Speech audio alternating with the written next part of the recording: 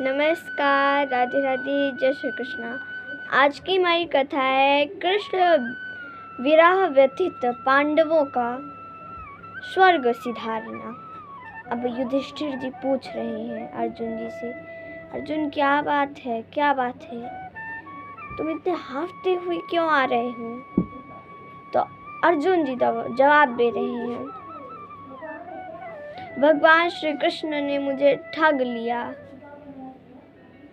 और वे अपने परम धाम चले गए और उन्होंने मुझे स्त्रियों को, बची कुची स्त्रियों को, द्वारिका की गोपियों को मेरे संरक्षण में कर दिया था। मैं उन्हें ले आ रहा था, लेकिन दुष्ट गोपों ने उन्हें लूट लिया।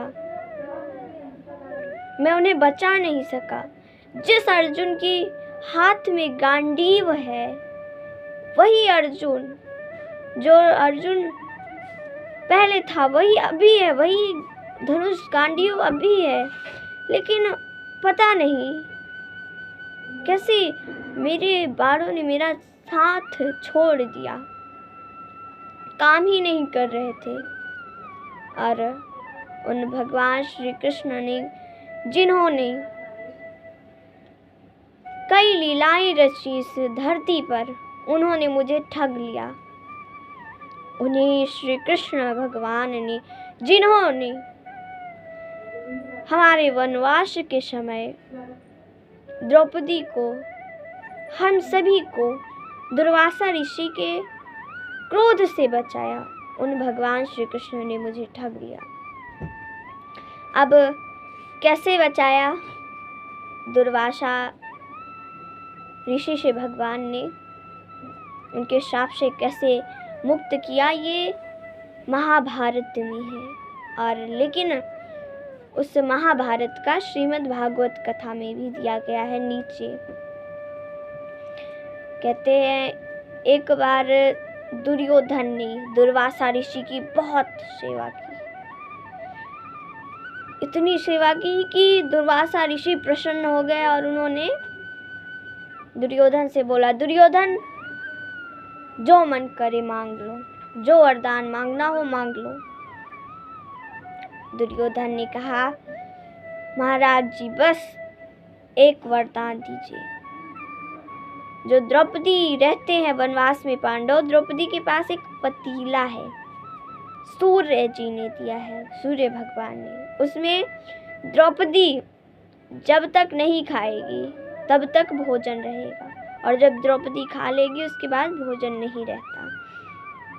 एक टाइम ऐसा होता है, एक दिन ऐसा होगा, फिर दूसरे दिन द्रौपदी के बाद भोजन करने के बाद उस पतीले में से सारे जो अन्न होते हैं, एक भी पतीला अन्न नहीं देता है, भोजन नहीं देता है। तो दुर्वासा ऋषि से बोल रहा है दुर्योधन कि आप अपने शिष्यों सहित जाइए उनके यहाँ, और जब द्रौपदी भोजन कर चुकी हो तब जाइए और वहां पर उनसे भोजन मांगिए। दुर्वासा ऋषि ने कहा, ठीक है, कोई बात नहीं, तुमने वरदान मांगा, अब तो पूर्ण करना पड़ेगा।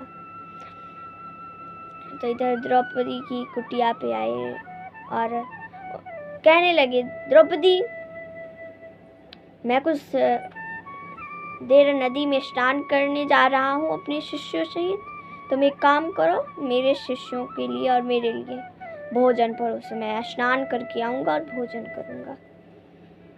अब द्रौपदी तो बड़े संकट में पड़ गई। देखिए, द्रौपदी को कोई भी संकट पड़ता था तो केवल और केवल उनके जुबान पर एक ही शब्द रहता था, वो भगवान श्री कृष्ण का। तो उन्होंने भगवान श्री कृष्ण को याद किया, बोलने लगी, भगवान अब मैं क्या करूं, अब आप ही कुछ करिए। उसी समय भगवान आ गए उनकी कुटिया में और द्रौपदी जी कह रही है, अच्छा हुआ आप आ गए। सारा हाल बताया कि ऐसी ऐसी बात है।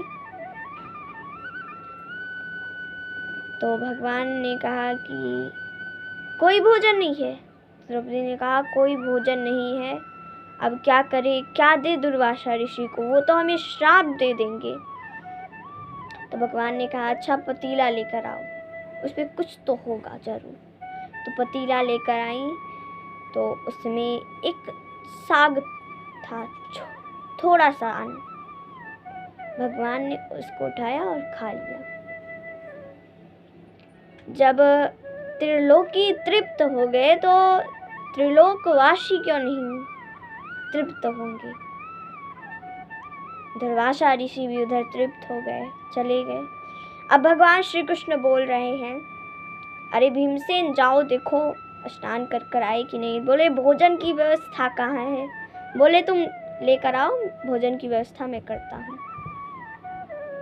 और भीमसेन गए वहां, देखते हैं सब गायब हो गए, सबका पेट क्योंकि भर गया और चले गए। तो अर्जुन जी कह रहे हैं कि उन भगवान श्री कृष्ण ने मुझे दुर्वासा ऋषि के श्राप से बचाया, उन्होंने मुझे ठग लिया, वे हमें छोड़कर चले गए।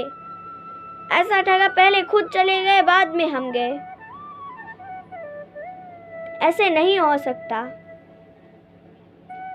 तो पांडवों को बड़ा दुख हुआ, लेकिन अर्जुन ने अपने आप को संभाला क्योंकि उन्होंने गीता सुनी हुई थी, भगवान ने उन्हें गीता सुनाई हुई थी स्वयं अपने मुख से। उन्होंने गीता को फिर से अध्ययन किया, याद किया और फिर इसके बाद उन्होंने अपने मन को शांत किया। और अब युधिष्ठिर जी सोच रहे हैं सब कुछ तो चला गया, मेरे चाचा चाची भी चले गए, मेरे भगवान भी चले गए, मेरे भगवान श्री कृष्ण भी चले गए, तो अब हमारी बारी क्यों नहीं आनी चाहिए। तो उन्होंने अपना पूरा राज्य अपने पौत्र परीक्षित जी को दे दिया और खुद वन को जाने लगे मरने के लिए। कुंती जी ने भी जब सुना कि भगवान मर गए हैं, वे अपने स्वधाम चले गए हैं, तो उन्हें भी बड़ा कष्ट हुआ और उन्होंने भी वन में जाकर अपना शरीर छोड़ दिया।